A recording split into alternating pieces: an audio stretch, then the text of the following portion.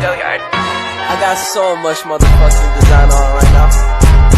Break it down, bring it back, make it clap. I got 3 old thoughts, new guap, where that damn bitches on my line, and you know they come strapped. Hold up. Bismillahirrahmanirrahim. Assalamualaikum warahmatullahi wabarakatuh. Selamat siang. Sebelum saya menjelaskan materi, alangkah baiknya saya memperkenalkan diri terlebih dahulu. Perkenalkan, nama saya Adea Nurhaliza, saya dari kelas R4B. Senang sekali rasanya saya bisa mempresentasikan materi tentang perstrukturan bagian dengan jenis layanan penguasaan konten melalui video ini. Baik, sebelum saya menjelaskan tentang layanan penguasaan konten, saya akan menjelaskan terlebih dahulu perstrukturan bagian. Apa itu perstrukturan? Perstrukturan merupakan salah satu teknik yang dilakukan dalam bimbingan konseling. Perstrukturan dapat diterapkan sepanjang proses konseling. Meskipun tahap-tahap awal menjadi penting, khususnya untuk mendorong keterlibatan dan tanggung jawab klien. Perstrukturan bertujuan untuk memberikan penjelasan kepada klien tentang pengertian, tujuan, sifat, asas prinsip, dan prosedur penyelenggaraan konseling. Yang berikutnya ada macam-macam perstrukturan. Macam-macam perstrukturan itu ada 2. Yang pertama, perstrukturan penuh. Semua materi perstrukturan disampaikan kepada klien yang belum memahami dan mengetahui apa itu konseling. Hal ini dilakukan untuk klien yang tidak menyadari dirinya bermasalah dan klien punya persepsi negatif terhadap konseling. Yang kedua ada perstrukturan sebagian, yang dimana menyampaikan sebagian materi perstrukturan kepada klien. Materi perstrukturan dapat dipilih oleh konselor sesuai kebutuhan klien. Ditujukan untuk klien yang datang secara sukarela, memiliki pengetahuan minimal tentang konseling dan sudah melakukan konseling. Selanjutnya saya akan menjelaskan salah satu jenis layanan, yaitu layanan penguasaan konten.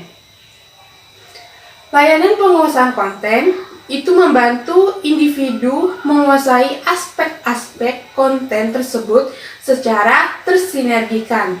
Dengan penguasaan konten, individu diharapkan mampu memenuhi kebutuhannya serta mengatasi masalah-masalah yang dihadapinya. Tujuan layanan ini menambah wawasan dan pemahaman, mengarahkan penilaian sikap, menguasai cara-cara atau kebiasaan tertentu untuk memenuhi kebutuhannya dan mengatasi masalah-masalahnya.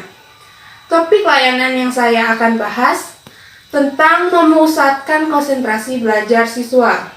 Konsentrasi adalah memfokuskan pikiran terhadap suatu objek tertentu dengan menyampingkan hal-hal yang tidak berhubungan dengan proses belajar dan mengajar yang dilakukan.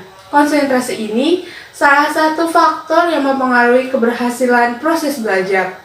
Semakin tinggi tingkat konsentrasi, maka proses belajar menjadi lebih efektif. Ciri-ciri konsentrasi belajar yang baik yaitu perhatian terpusat, antusias belajar, tenang dalam belajar, dan aktif dalam proses belajar. Nah, dari topik layanan tersebut ada sebuah cerita seorang siswa saat proses belajar mengajar. Dia seringkali melamun, matanya memang memperhatikan papan tulis tetapi pandangannya kosong. Gambar-gambar di buku, sering mengantuk. Karena banyak laporan dari guru mata pelajaran, dipanggillah siswa itu ke ruang BK. Setelah dikonseling, ternyata siswa tersebut kurang perhatian dari orang tuanya. Kedua orang tuanya bekerja, sering berantem di rumah, jadi siswa tersebut tidak berkonsentrasi. Jadi, kurang konsentrasi apakah hanya dari diri dan lingkungan pertemanan? Tentu saja tidak, bisa jadi dari lingkungan keluarga, adanya permasalahan dari rumah, dan menjadi mengganggu pikiran siswa. Nah, manfaat dari memusatkan konsentrasi belajar bagi siswa dapat mengendalikan pikiran. Dengan adanya konsentrasi, pikiran siswa bisa dikendalikan dan diatur antara yang mana dibutuhkan dan mana yang tidak, serta meningkatkan produktivitas.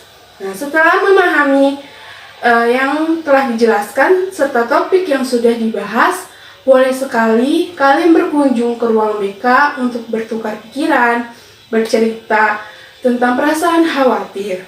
Jangan berpikiran negatif untuk konseling. Tenang saja, keterangan atau masalah kalian, klien atau siswa akan dijaga sebaik-baiknya. Demikian penjelasan dari saya, kurang lebihnya mohon maaf.